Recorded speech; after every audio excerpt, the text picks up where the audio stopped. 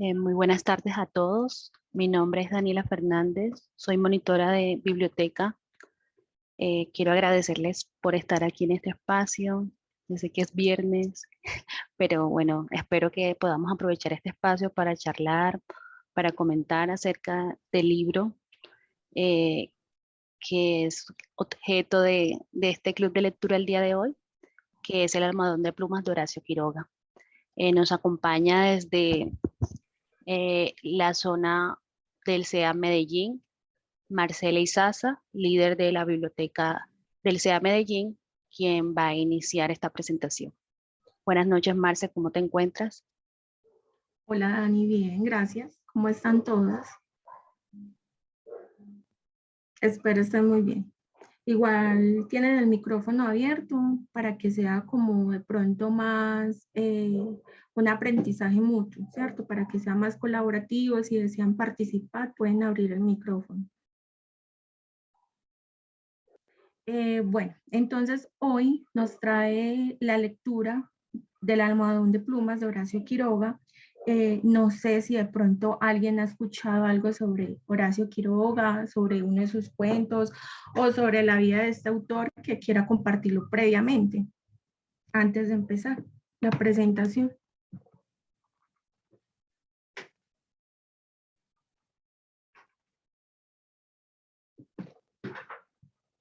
Nadie. Bueno, entonces empecemos a hablar por este gran autor latinoamericano de cuentos, considerado el maestro del cuento y uno de los mejores cuentistas latinoamericanos de todos los Yo tiempos. quiero hablar un poquito de él, Sí, claro. que su hermano, que él digamos que tenía una personalidad en parte enfermiza por los hechos que sucedieron en su niñez Ujú, y juventud con su ujú. hermana y su madre, o sea, en parte digamos que llevó una vida trágica. Y, Totalmente de acuerdo. Sí. y esto fue inspiración para sus obras. Más que todo se centró en el cuento, pero también exploró otras narrativas. Y digamos que para conocer una obra, uno sí debe investigar antes el autor porque generalmente encuentra algunos tintes autobiográficos en las obras. Ujú. Totalmente de acuerdo contigo. ¿Cuál es que es tu nombre? ¿Me lo recuerdas? Carla. Carla. Sí, es muy cierto. Incluso la mayoría de los escritores que han marcado de pronto la historia han sido, dentro de sus obras se basan mucho de sus experiencias personales. Y por ejemplo, la otra vez hablábamos de Kafka, que también su vida fue muy marcada como por la tristeza, el dolor, la muerte, y en sí se ven reflejadas en sus obras y no es un caso muy aparte de Horacio Quiroga, como tú decías, Carla, tuvo una vida bastante nefasta, bastante trágica, porque siempre fue la muerte protagonista de su vida, desde que nació, como tú dices, estuvo presente la muerte de su padre, su padrastro, sus hermanos, sus hijos, su mejor amigo, entonces la muerte fue protagonista de él e incluso eh, él en sus obras relata mucho sobre la muerte, la tristeza, el amor, la locura y es precisamente lo que tú dices. Es importante conocer la vida de este autor porque nos permite comprender los temas que él aborda y cuál es su estilo. Entonces, Horacio Quiroga en sí, como tú dices, no solamente escribió cuentos, también llegó a escribir un libro, una recopilación de poesía y también una novela, una o dos novelas, pero en sí su mayor estilo literario era de pronto la narrativa, los cuentos. Él fue fiel admirador de Edgar Allan Poe. Edgar Allan Poe, no sé si lo han escuchado, han leído algo de él, uno de los Sí, referentes maestros del terror. del cuento exacto. De pronto han escuchado El gato negro, El corazón delator, eh, cuentos que, Crímenes en la calle Morgues. y cuentos que son muy, muy referentes.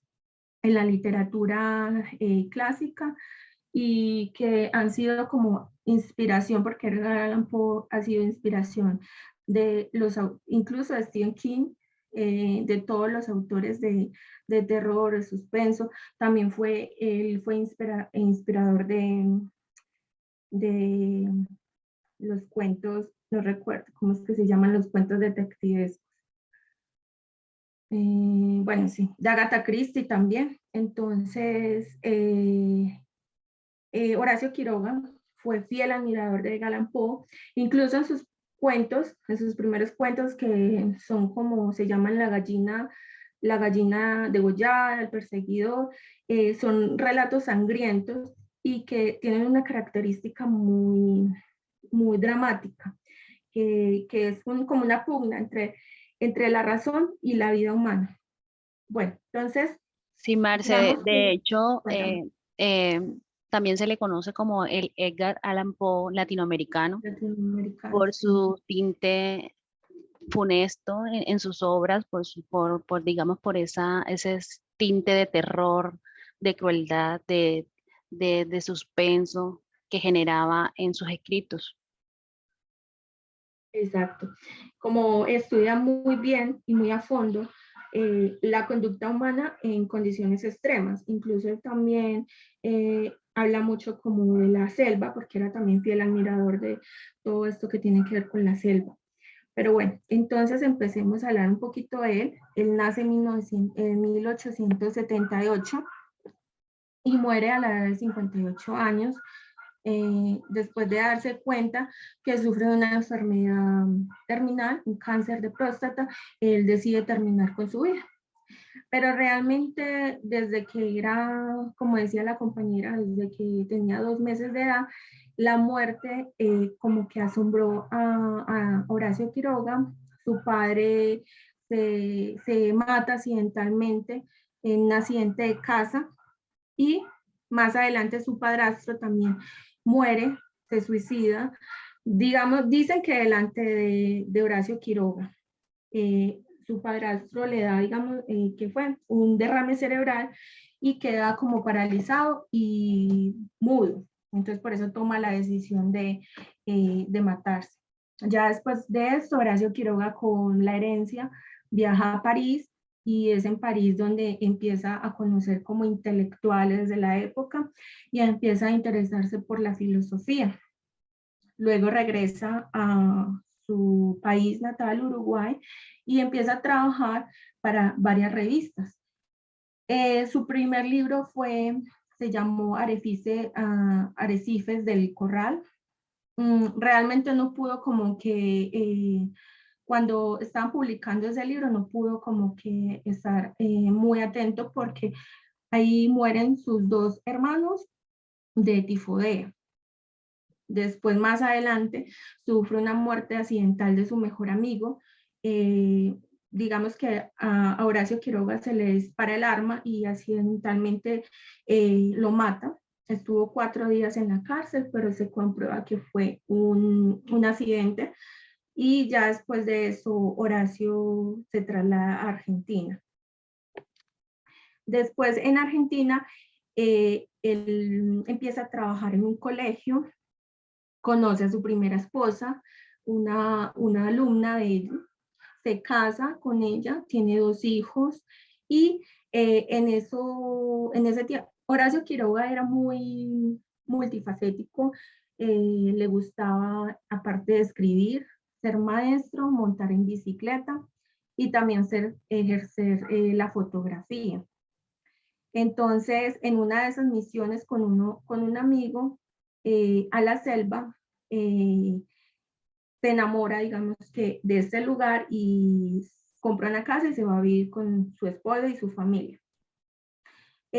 Más adelante, su primera esposa sufre depresión y toma la decisión de suicidarse cuando, digamos, cuando su hijo tenía 4 y 5 años más o menos, su hijo mayor. Entonces queda Horacio Quiroga con 2 niños pequeños a los cuales tiene que criar. En ese tiempo se dice que él conoce a Alfonsina Storni, No sé si han escuchado a la poeta argentina Alfonsina Storni, también muy reconocida. También se suicidó tirándose al mar, que dicen que eso es la evocación de una muerte poética. Así es.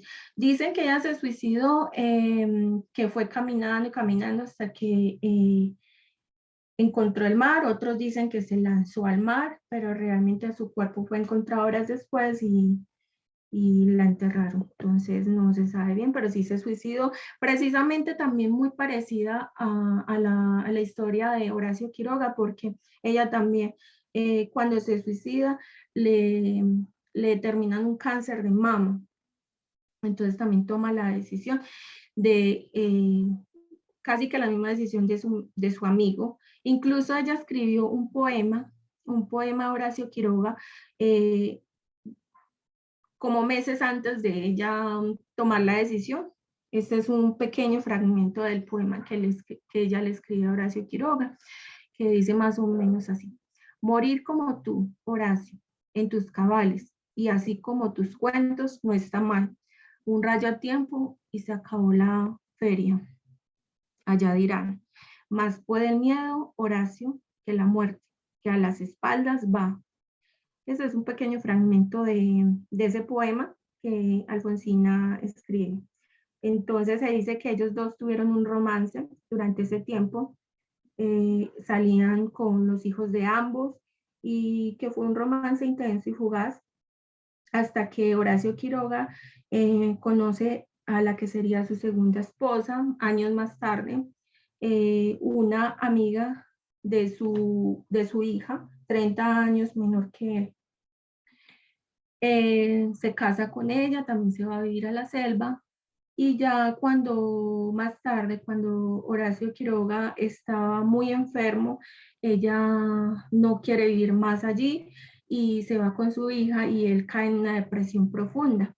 Y ahí es cuando le detectan un cáncer terminal y ya en 1937 él decide terminar con su hija, con su vida. Pero digamos que la tragedia no acaba ahí porque también leí que un año después se suicida su hija menor y a los 10 años se suicida su hijo mayor y también su mejor amigo. Entonces, digamos que la vida de Horacio Quiroga es casi que una novela trágica y que está muy enmarcado también, como decíamos, en sus obras. Vamos a ver entonces un pequeño videito que resume, así como que los datos más importantes de la vida de Horacio Quiroga.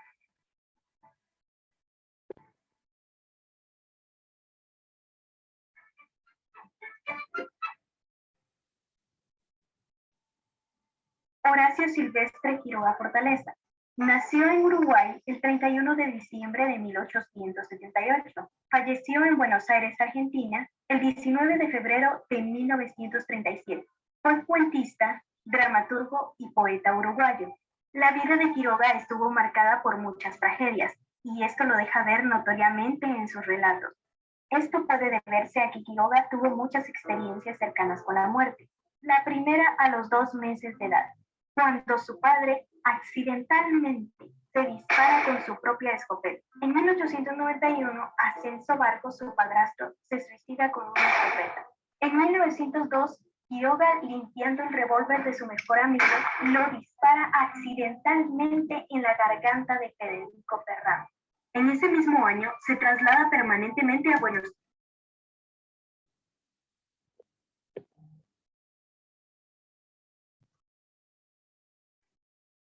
Dramaturgo y poeta uruguayo. La vida de Quiroga estuvo marcada por muchas tragedias, y esto lo deja ver notoriamente en sus relatos. Esto puede deberse a que Quiroga tuvo muchas experiencias cercanas con la muerte.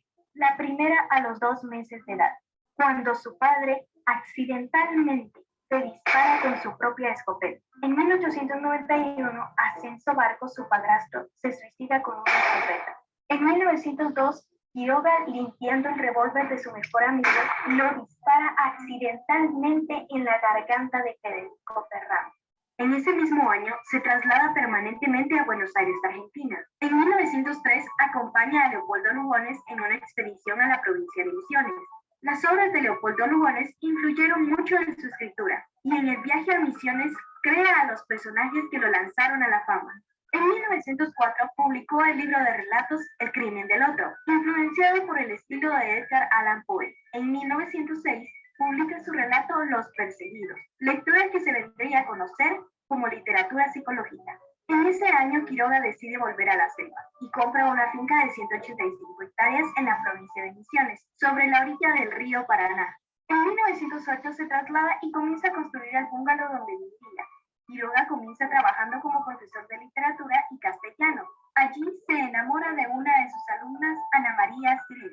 Los padres de la alumna se opusieron a la relación, pero Quiroga logra persuadirlos y en 1910 se casa con Ana María y se traslada a vivir con ella a la selva, en la provincia de Misiones, en San Ignacio. En 1911 nació su hija Egle Quiroga y fue nombrado juez de paz en el registro civil de San Ignacio. Al año siguiente nace su hijo Darío. Quiroga se ocupa personalmente de la educación de sus hijos, de manera que los hace autónomos para cualquier situación. En 1915, su esposa cae en una profunda depresión y se suicida tomando veneno. Quiroga se traslada a Buenos Aires con sus hijos, al recibir un cargo de secretario contador en el Consulado General Uruguayo. En 1917, publicó varios relatos en revistas muy prestigiosas. La mayoría de esos cuentos fueron recopilados por Quiroga en varios libros. El primero de ellos fue Cuentos de amor, de locura y de muerte, del cual hablaremos más adelante. En 1918 se dio a conocer el libro Cuentos de la Selva, considerado un clásico de la literatura para los niños de América Latina. Este libro fue dedicado a sus hijos, que lo acompañaron durante el periodo de pobreza. En 1920 publicó su única obra teatral, Las Sacrificadas, y su estreno fue en 1921. En ese mismo año se publicó Anaconda. El escritor se dedicó por muchos años a la crítica cinematográfica. También fue invitado a formar una escuela de cinematografía, financiado por inversionistas rusos, pero lamentablemente el proyecto no prosperó. En 1927 publicó su mejor libro de cuentos, Los Desterrados. Nuevamente enamorado, se casa con una compañera de su hija, María Elena Bravo, que era 30 años menor que él. En 1932 regresa por última vez a la selva con su esposa y Pitoca, su tercera hija. En 1935 se publicó su último libro de cuentos llamado Más Allá. Quiroga empieza ese año a sufrir de una enfermedad de próstata. Su esposa e hija lo abandonan en la selva en 1935, lo que produce en Quiroga una profunda depresión. A principios de 1937 fue internado en el Hospital de Clínicas de Buenos Aires, en donde se le detectó cáncer de próstata incurable. Frustrado por la enfermedad, durante la madrugada del 19 de febrero de 1937, Quiroga bebió un vaso de veneno de cianuro, que lo mató en pocos minutos. La desgracia del suicidio siguió a su familia. Un año después de su muerte, su hija Egle se suicida, al igual que su hijo Darío en 1952. En muchos de los cuentos de Quiroga prevalecen los escenarios en los que pasó la mayor parte de su vida, como la selva en Misiones al norte de Argentina. Quiroga parece estar obsesionado con el tema de la muerte, y los personajes de sus obras siempre están rodeados de desgracias, sufrimientos y enfermedades. Su obra más reconocida en estos aspectos es Cuentos de amor, de locura y de muerte. Horacio Quiroga publicó este libro en 1917. El cual lo dio a conocer debido a su escritura trágica. Cuentos de amor, de locura y de muerte es la recopilación de varios relatos publicados en periódicos y revistas en donde él trabajó. En su primera edición contenía 18 relatos en los cuales se encontraban Una estación de amor, Los ojos sombríos, El solitario, La muerte de Isolda, El infierno artificial, La gallina degollada, Los buques suicidantes, El almohadón de plumas, El perro rabioso, A la deriva, La insolación, El alambre de púa, Los mensú, Yaguaí, Los pescadores de vigas, La miel silvestre, Nuestro primer cigarro y La meningitis y su sombra. En las siguientes ediciones de los libros se le fueron restando algunos cuentos hasta que quedaron los 6 más reconocidos y fue agregado el libro más reconocido de Horacio Quiroga, Los Desterrados. Dentro de los 6 más destacados se encuentran La gallina degollada, El almohadón de plumas, A la deriva, La insolación, Los mensú y Yaguaí.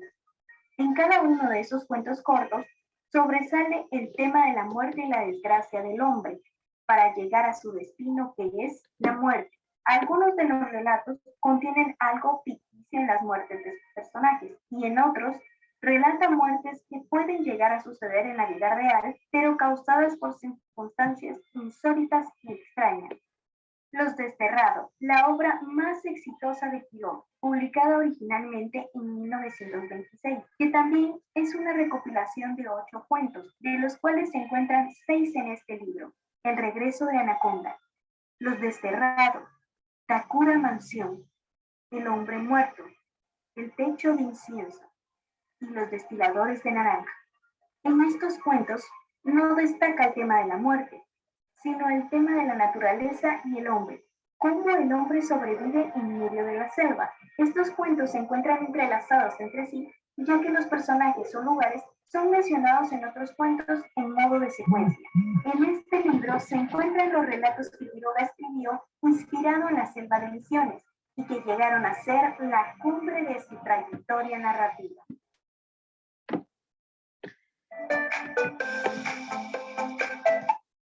Bueno, de verdad que es muy bizarra pues la vida de Horacio Quiroga porque estuvo muy rodeada de suicidios, su padrastro, sus amigos, sus hijos, y entonces como que sí es bastante como raro y muy trágica la vida de él, de verdad que queda uno como sorprendido.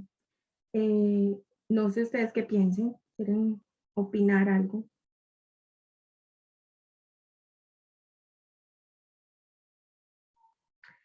Horacio Quiroga escribió alrededor de 269 títulos. Marce, están pidiendo la palabra. Sí, hola. Hola, qué pena interrumpir. Yo leí el almohadón de plumas y sí, refleja como, pues muchas veces la forma de escribir de los autores está marcada como, o sea, es como un reflejo de su vida, de sus acontecimientos. Lo mismo ocurre con Edgar Allan Poe, los textos que él escribe en general, cuentos, relatos, son textos a veces misteriosos, como trágicos. Entonces es como esa mística que manejan los autores dependiendo de las circunstancias de su vida. Sí, totalmente de acuerdo. Edgar Allan Poe también tuvo una vida bastante compleja, muere muy joven y cuando él no puede, a diferencia de Horacio Quiroga, que sí recibió un poquito como de ese reconocimiento, Edgar Allan Poe no. Cuando fallece es que empieza como sus obras a recibir el reconocimiento que él se merece. Horacio Quiroga escribió alrededor de 269 títulos, que son bastantes, digamos. Su libro más aclamado por la crítica son Los Desterrados, porque según la crítica dicen que es el más homogéneo, el más equilibrado y con carácter decidido.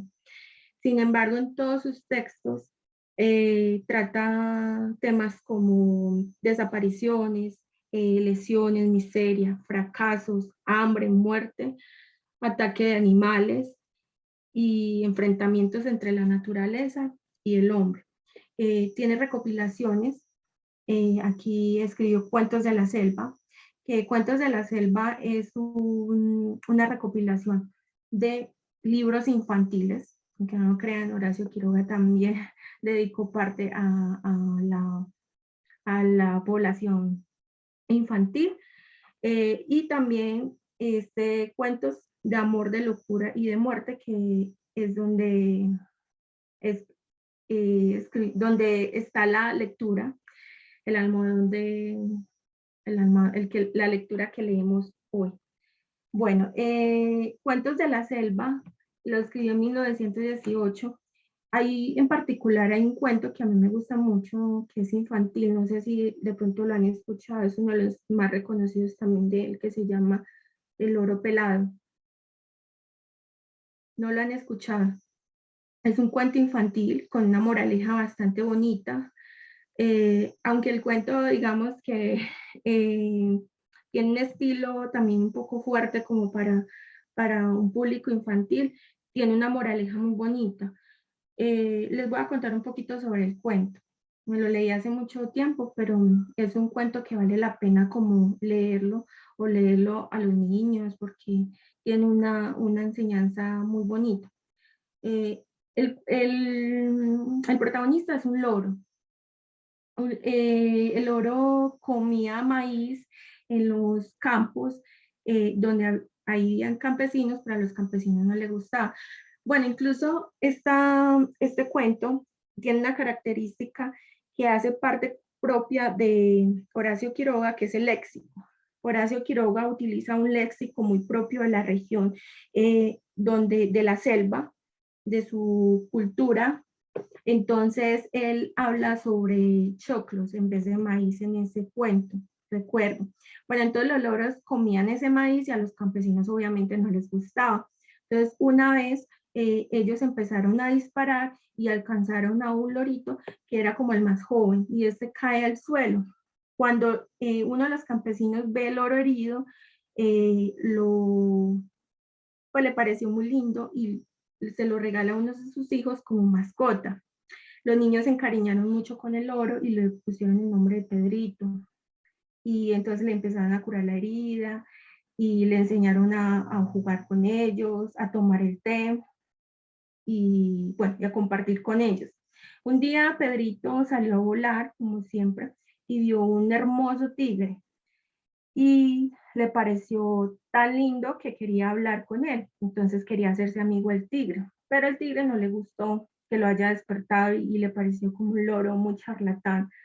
Entonces el tigre lo engañó para que el lorito se acercara fingiendo ser sordo. El lorito se acerca y entonces el tigre cuando lo va a atrapar, lo atrapa y lo deja pelado, le arranca algunas plumitas. Entonces, pero el loro se logra escapar, se esconde por unos días porque le da pena salir así como pelado. Ya cuando vuelven a nacer sus plumitas, el loro sale, el amo le pregunta que qué le pasó, por qué se escondió, el loro le cuenta toda la historia y los dos van a la selva a buscar al tigre para una venganza. Ya cuando el loro ve al tigre, es él el que lo engaña y ahí aprovecha el amo y lo mata. Entonces, digamos que es una enseñanza donde Pedrito aprende como que la imprudencia y el exceso de confianza no es tan bueno a veces y que las apariencias engañan. Es mejor no acercarse a lo desconocido, sino con bastante prudencia. Entonces, por eso a mí ese cuento me parece muy bonito. Y Horacio Quiroga es tan multifacético en sus obras que también tiene poesías, cuentos para niños y cuentos para jóvenes. El estilo propio también de Horacio Quiroga ambienta mucho lo que es la selva, el monte, que los hace ver como oscuros, peligrosos, por ejemplo el caso del tigre. Y cabe mencionar que uno de los rasgos más típicos de Horacio Quiroga es como la descripción realista y que sin tapujos, sin tabús, de esos cuentos que no son tan adecuados para niños, pero que tienen una moraleja que puede ser muy linda para ellos. Vamos a ver entonces este videito.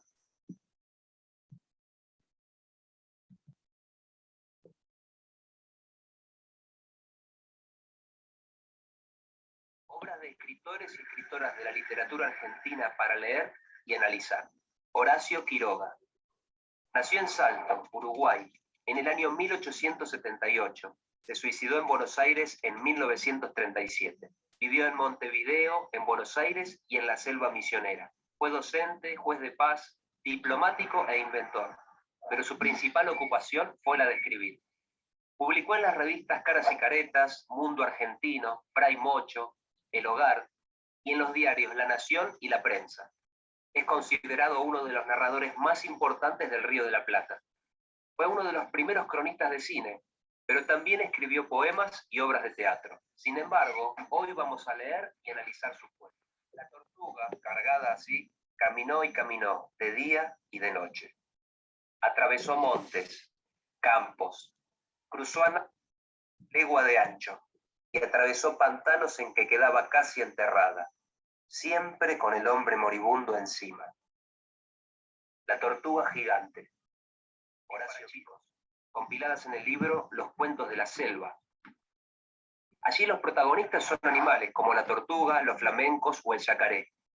Esos cuentos, a la vez que narran una historia, también explican alguna característica de los animales que la protagonizan. Quiroga construye una ficción para explicar, por ejemplo, por qué los flamencos tienen patas rojas y están todo el tiempo en el agua. La decisión de huir y sus peligros, para los que el mensú necesita todas sus fuerzas, es capaz de contener algo más que una fiebre perniciosa. El domingo, por lo demás, había llegado, y con falsas maniobras de lavaje de ropa, simulados guitarreos en el rancho de tal o cual, la vigilancia pudo ser burlada. Incorporó temas y formas de contar de escritores norteamericanos y europeos para crear pequeños universos. Escribió cuentos de terror al estilo de Edgar Allan Poe. También tomó el tema del poder de la naturaleza al estilo de Rudyard Kipling. Algunos de sus cuentos se inscriben dentro del realismo, como Una estación de amor o Los Mensú, donde denuncia la explotación de los trabajadores yerbateros. Y otros pertenecen al género fantástico, donde algo extraño irrumpe en esa realidad y la deforma, como La insolación o El almohadón de plumas. Más al bajar el alambre de púa y pasar el cuerpo, su pie izquierdo resbaló sobre un trozo de corteza desprendida del poste, a tiempo que el machete se le escapaba de la mano. Mientras caía, el hombre tuvo la impresión, sumamente lejana, de no ver el machete de plano en el suelo. El hombre muerto. Horacio Quiroga. Para vivir de su trabajo como escritor, tuvo que aprender el oficio de escribir. Por ejemplo, cumplir con las entregas de sus cuentos en fecha y que tuvieran determinada cantidad de líneas. Entre 1925 y 1928, compiló en 3 libros algunas reglas, trucos y herramientas para hacer un buen cuento. En Trucos del perfecto cuentista, Decálogo cuentista y La retórica del cuento, insistió en que los escritos deben mantener la atención del lector hasta el final. Podemos pensar que sus cuentos son como pequeñas máquinas de contar. La sirvienta dio un grito de horror, con toda la boca abierta, llevándose las manos crispadas a los bandos. Sobre el fondo, entre las plumas, moviendo lentamente las patas velludas, había un animal monstruoso, una bola viviente y viscosa. El almohadón de plumas, Horacio Quiroga. Uno de sus libros más famosos es Historias de amor, de locura y de muerte.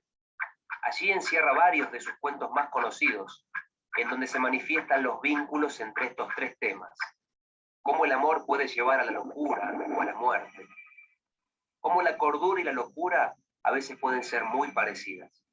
Quiroga postula que muchas veces la locura y el amor son formas posibles de vampirismo o de parasitismo.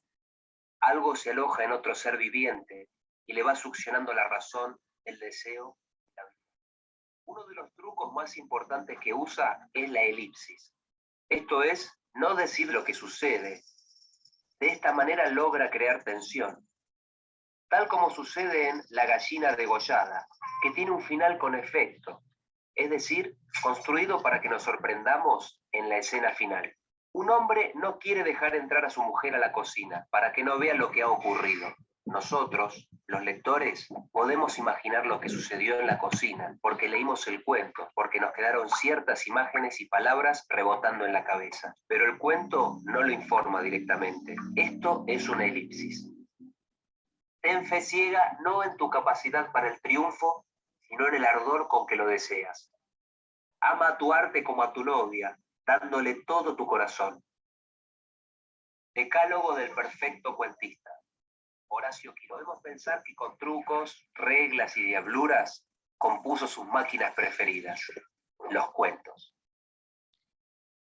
Bueno, se le llama el maestro del terror latinoamericano porque entre sus obras está lo que es el final del modernismo, que para la época del siglo XVIII-XIX era como un fenómeno. El modernismo como que relaciona el realismo con la fantasía, pero entonces este escritor Horacio Quiroga le pone su toque, que es el vanguardismo. El vanguardismo en ese tiempo apenas estaba empezando, como la libertad de expresión, donde se altera como la estructura de las obras y aborda temas tabú y obras experimentales e innovadoras. Precisamente él fue altamente influenciado por Edgar Allan Poe, por Kipling. Kipling, si no saben, es el escritor del libro de la selva, Guy de Maupassant, y su estilo es más que todo narrativo, emplea la violencia, el horror. Sus personajes suelen ser víctimas propiciatorias de hostilidad y desmesura de un mundo bárbaro e irracional que se manifiesta en inundaciones, lluvias torrenciales y la presencia de animales feroces. Describe a la naturaleza con minuciosa precisión y, como ya les decía anteriormente, habla mucho de lesiones, miseria, muerte, ataques de animales, habla de la naturaleza hostil y, por supuesto, casi siempre vence en su narrativa. El día de hoy entonces nos trae un cuento que es El almohadón de plumas, hace parte de su libro recopilatorio de 16 cuentos, cuentos de amor, de locura y de muerte de 1917, así se llama el libro, y habla sobre una muerte inexplicable que sufre la protagonista. Es una tragedia. Digamos que es una metáfora, una analogía de la realidad que es la muerte. Es una enfermedad que mata a la protagonista, que la consume en vida, que es un animal, pero que a su vez tiene una explicación científica y que el autor lo explica como en su último párrafo.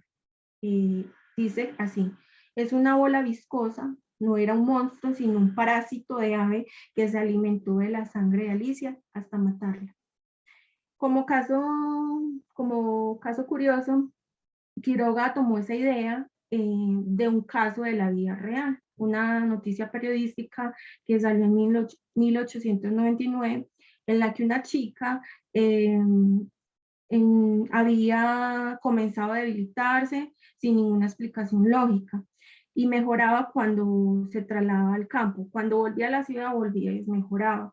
Luego se dieron cuenta que estaba perdiendo sangre gracias a un insecto que había en su almohada. Entonces, digamos que este cuento es basado en una historia real, aunque parece como absurdo que se pase que uno muera por esto.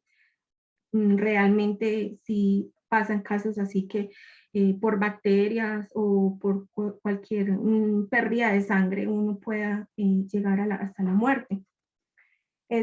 Yo lo comparaba mucho con el cuento de Gabriel García Márquez, el rastro de tu sangre en la nieve. Incluso Gabriel García Márquez, en uno de sus comentarios, dice que Horacio Quiroga también fue una de sus influencias y que, digamos que tienen cositas similares de ambas. Las protagonistas mueren desangradas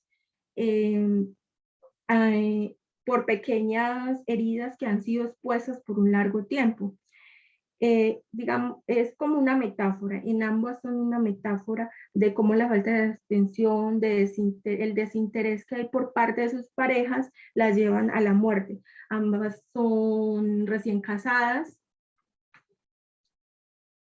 y tienen muchas similitudes en sí, solamente que la muerte de esta protagonista, su pareja la puede vivenciar, mientras que en el rastro de Tu sangre en la nieve, él no se da cuenta que ella está muerta hasta el final. O sea, él no puede asistir a su entierro porque no se da cuenta de eso. Es un cuento narrativo, precisamente caracterizado por su brevedad, existencia de un hecho único y un final sorpresivo. Esa es la característica de todos los cuentos, pero en especial este tiene algo diferente que caracteriza a este autor, ya que lo ocurrido es inexplicable al final. Es inexplicable lo ocurrido, pero al final él lo explica científicamente. Algo que caracteriza también a mucho a Horacio Quiroga es la importancia que le da al final de sus cuentos y también los indicios que da sobre lo que va a pasar, que hace parte como de esa literatura de la modernista. Vamos entonces a escuchar el cuento. Qué pena. Yo quería preguntar si, qué pena, Marta. De Horacio. Sí. Yo quería preguntar si podíamos hacer como una especie de interacción. No sé si quieren leer el cuento o quieren, o sea, que hagamos una lectura de cuento juntos o solo lo quieren Sí. escuchar. Como para hacer más interactivo. ¿Qué piensa?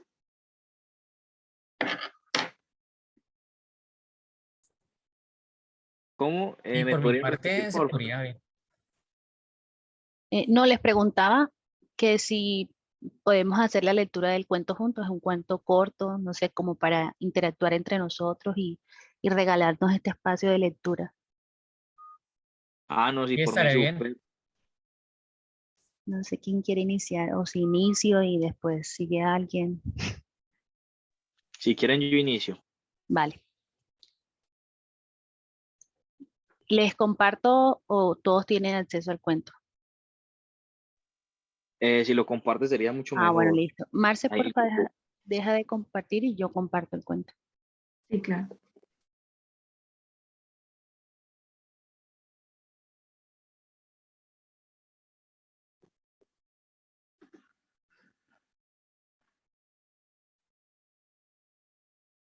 ¿Dónde le doy?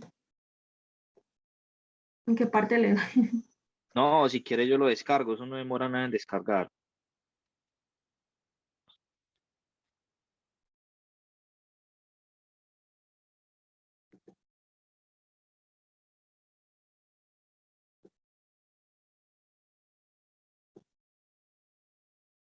Listo, ya.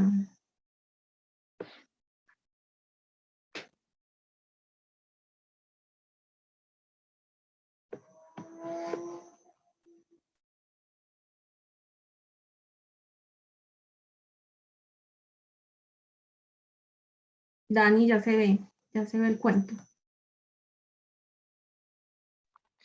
Ah, listo, ahí comienza.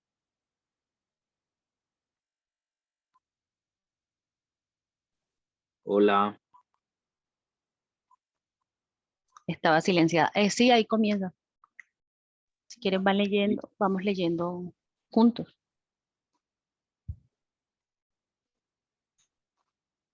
Ah, bueno, listo. Adelante. Yo leo hasta donde me digan, listo. Dale. Bueno, su luna de miel fue un largo escalofrío, rubia, angelical y tímida. El carácter de su marido heló sus soñadas niñerías de novia. Ella lo quería mucho, sin embargo, aunque a veces con un ligero estremecimiento cuando volviendo de noche juntos por la calle, echaba una furtiva mirada a la alta estatura de Jordan, mudo desde hacía una hora. Él, por su parte, la amaba profundamente, sin darlo a conocer. Durante 3 meses se había casado en abril, vivieron una dicha especial. Sin duda, ella, de- ella des- sin duda, hubiera ella deseado menos severidad en ese rígido cielo de amor, más expansiva e incauta ternura. Pero el impasible semblante de su marido la contenía siempre. La casa en que vivían influía no poco en sus estremecimientos. La blancura del patio silencioso, frisos, columnas y estatuas de mármol.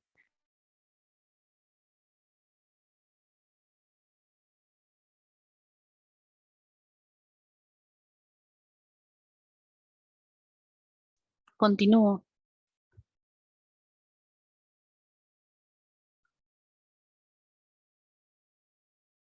Hola. Marce, ¿me escucha? Sí, yo te escucho. Yo creo que fue que se cayó la conexión. No sé. Listo. Continúa entonces. Hola, ¿alguien va a seguir? Sí, yo sigo y después alguien más. No sé. La casa en que Listo. vivía influía no poco en sus estremecimientos. La blancura del patio, silenciosos, frisos, columnas y estatuas de mármol producían una otoñal impresión de palacio encantado. Dentro, el brillo glacial del estuco, sin el más leve rasguño en las altas paredes, afirmaba aquella sensación de, de desapacible frío.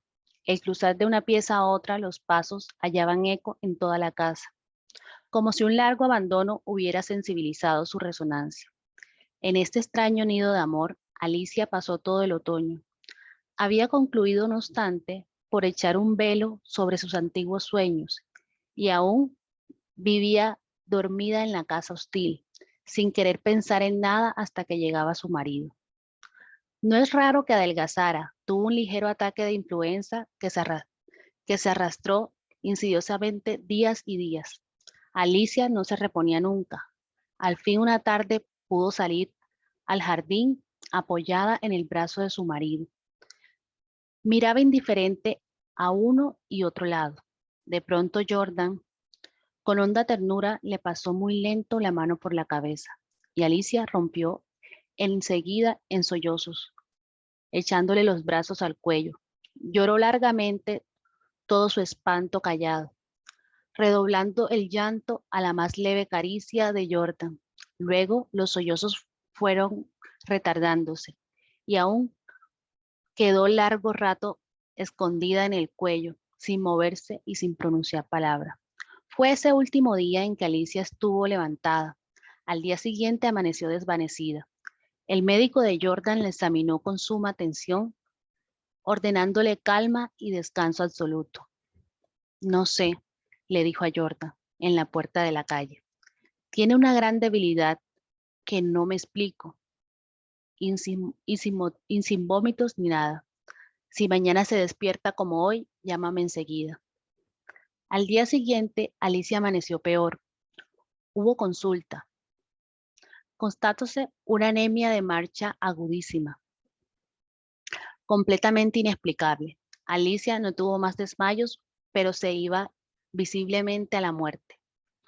Todo el día en el dormitorio. Estaba con las luces prendidas y en pleno silencio. Pasábase horas sin que se oyera el menor ruido. Alicia dormitaba. Jordan vivía casi en la sala, también con toda la luz encendida. Paseábase sin cesar de un extremo a otro, con incansable obstinación. La alfombra ahogaba sus pasos. A ratos entraba al dormitorio y proseguía su mudo vaivén a lo largo de la casa, tendiéndose un instante en cada extremo a mirar a su mujer. No sé si alguien quiere seguir.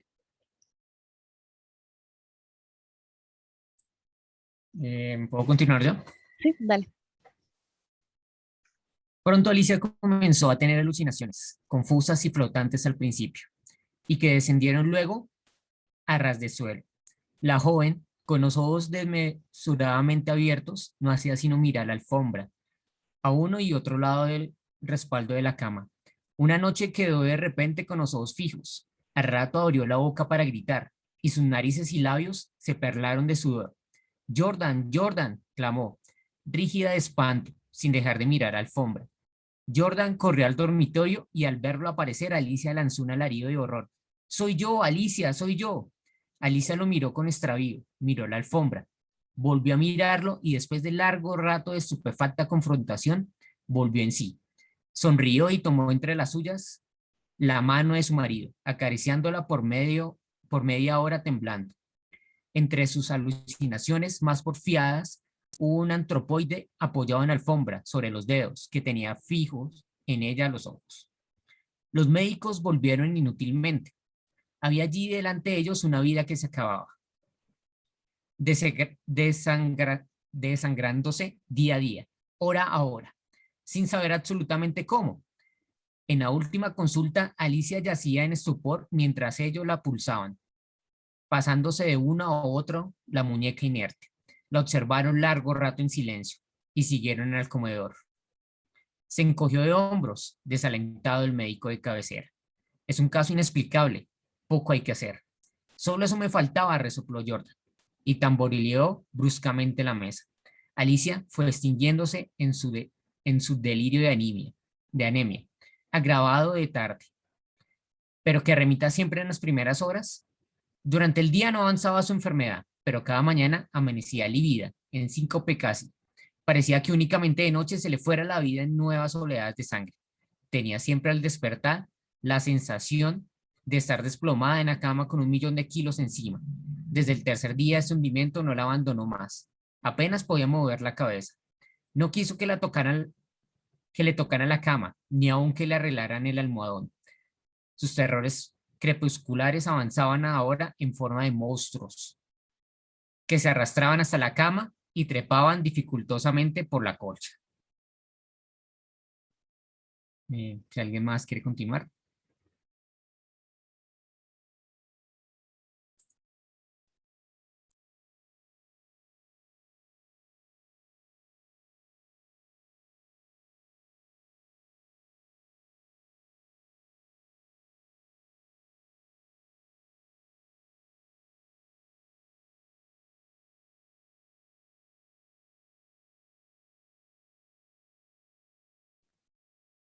Hola. ¿Nadie más quiere continuar? Bueno, entonces sigo yo. Perdió luego el conocimiento. Los 2 días finales deliró sin cesar a media voz. Las luces continuaban fúnebremente encendidas en el dormitorio y la sala en el silencio agónico de la casa no se oía más que el delirio monótono que salía de la cama. Y el sordo retumbó de los eternos pasos de Jordan. Alicia murió, por fin. La sirvienta, cuando entró después de deshacer la cama, sola ya, miró un rato extraña el almohadón. «Señor», llamó a Jordan en voz baja, «en el almohadón hay manchas que parecen de sangre». Jordan se acercó rápidamente y se dobló sobre aquel. Efectivamente, sobre la funda, a ambos lados del hueco que había dejado la cabeza de Alicia, se veían manchitas oscuras. «Parecen picaduras», murmuró la sirvienta después de un rato de inmóvil observación. «Levántalo a la luz», le dijo Jordan. La sirvienta lo levantó, pero enseguida la dejó caer y se quedó mirando a aquel lívida y temblando. Sin saber por qué, Jordan sintió que los cabellos se le erizaban. «¿Qué hay?», murmuró con la voz ronca. «Pesa mucho», articuló la sirvienta sin dejar de temblar. Jordan lo levantó, pesaba extraordinariamente. Salieron con él y sobre la mesa del comedor Jordan cortó funda y envoltura de un tajo. Las plumas superiores volaron y la sirvienta dio un grito de horror con toda la boca abierta, llevándose las manos crispadas a los bandos. Sobre el fondo, entre las plumas, moviendo lentamente las patas velludas, había un animal monstruoso, una ola viviente y viscosa. Estaba tan hinchado que apenas se le pronunciaba la boca. Noche a noche, desde que Alicia había caído en la cama, había aplicado sigilosamente su boca, su trompa, mejor dicho, a las sienes de aquella chupándole la sangre. La picadura era casi imperceptible. La remoción diaria del almohadón sin duda había impedido al principio su desarrollo. pero desde que la joven no pudo moverse, la succión fue vertiginosa. En 5 días, en 5 noches, había el monstruo vaciado a Alicia. Estos parásitos de las aves diminutos en el medio habitual llegan a adquirir en ciertas situaciones proporciones enormes. La sangre humana parece serles particularmente favorable y no es raro hallarlos en los almohadones de pluma.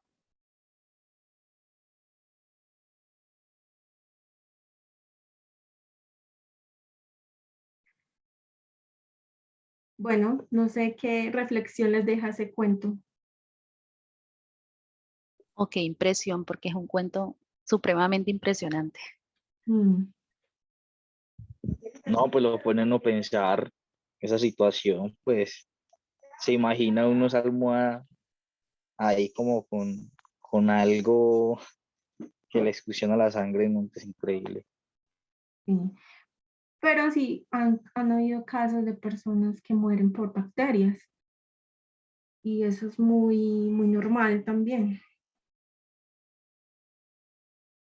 Y también el cuento, pues a mí en lo particular me deja una reflexión muy bonita que es como valorar las personas que tiene uno alrededor, porque uno no sabe, nadie tiene la muerte comprada, la vida comprada. Como dice un científico, que desde que nacemos estamos evitando a toda costa la muerte, pero es lo más real que hay. Y no se necesita ser o muy viejo o estar enfermo para que llegue nuestra hora. Y este tipo de cuentos realmente son historias que tocan el alma y nos hacen sentir que estamos vivos, porque la muerte es parte de la vida.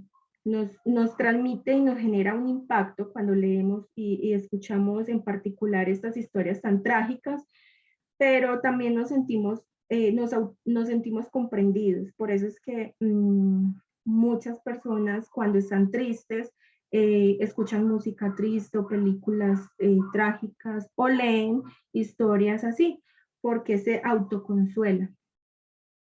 No sé ustedes qué piensan.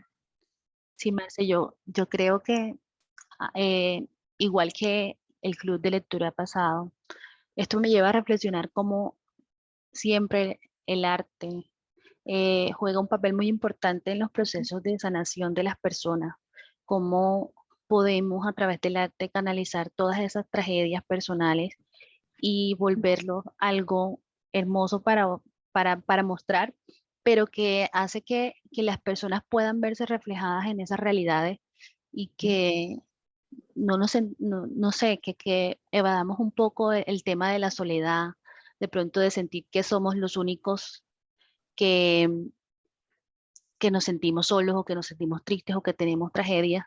Yo creo que el arte nos hace poner en común todo ese sufrimiento humano y transformarlo de alguna manera. Sí. A mí me parece muy chévere de estos autores como Kafka y este en particular, que escriben sobre la muerte como algo muy normal, porque realmente nosotros la evitamos, la suprimimos, decimos como si no existiera, pero realmente es lo único que nosotros tenemos y que sabemos que va a pasar en algún momento de la vida, la muerte. En estos días escuchaba a alguien decir, ¿ustedes saben cuál es el promedio de vida del colombiano, de los colombianos? ¿Alguien sabe cuál es el promedio de vida en Colombia? Creo que está entre los 60 y 68 o algo así, 60 y no sé. Se dice que entre los 80, bueno, supuestamente, pero si nos parece mucho 80 años, ustedes se ponen a pensar cuánto es el tiempo que vamos a estar muertos a comparación de los años que vamos a vivir, que son 80 años. ¿Cuántos son los años que vamos a estar muertos?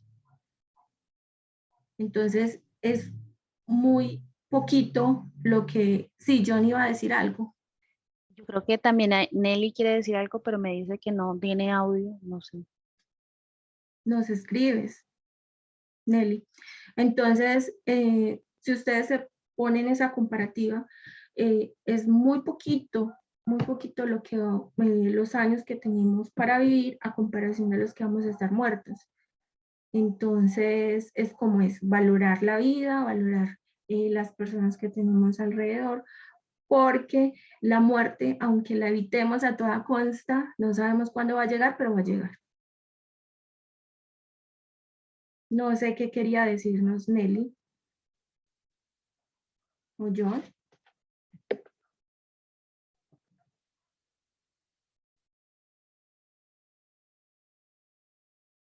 Si de pronto tienen un autor que quieran sugerir o un cuento en particular, también pueden escribirnos en el grupo de WhatsApp. Por ahí estamos compartiendo ideitas, esos libros que nos gustan tanto, esos escritores, personajes. No sé si alguien quiera terminar con una reflexión.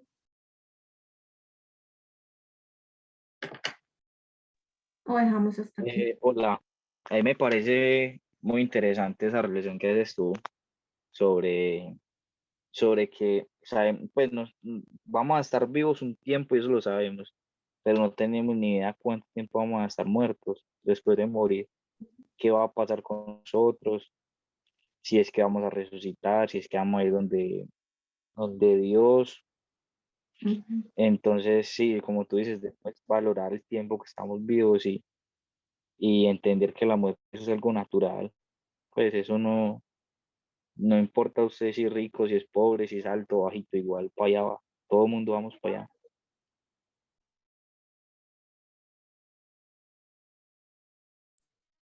Sí, exacto. Lo único que de lo que tenemos certeza es de la muerte, ¿no? Y pues se trata también de verla como parte del ciclo de la vida, ¿no? Digamos que pues el tipo de pensamiento que nos ha llevado, pues bueno, el monoteísmo, una sociedad de consumo y demás, es como rehuirle al tema de la muerte, ¿no? Pero pues se trata de eso, ¿no? De entenderla como parte inherente a nuestro existir, ¿no? Y pues si bien no sabemos qué viene después de la muerte, pues proyectarla como eso, ¿no? Como un ciclo.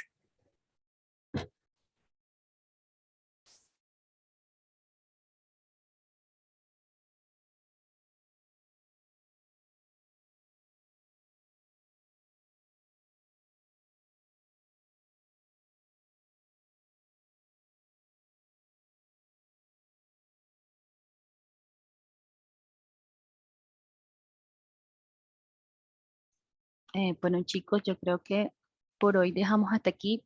Vamos a estar pendientes de sus comentarios en el WhatsApp para poder tenerlos en cuenta y poder adicionar a la lista del club de lectura, pues sus opiniones. Les agradecemos por estar acá hoy y esperamos que tengan una feliz noche.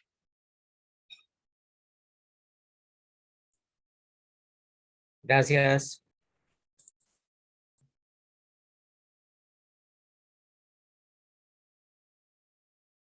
Gracias.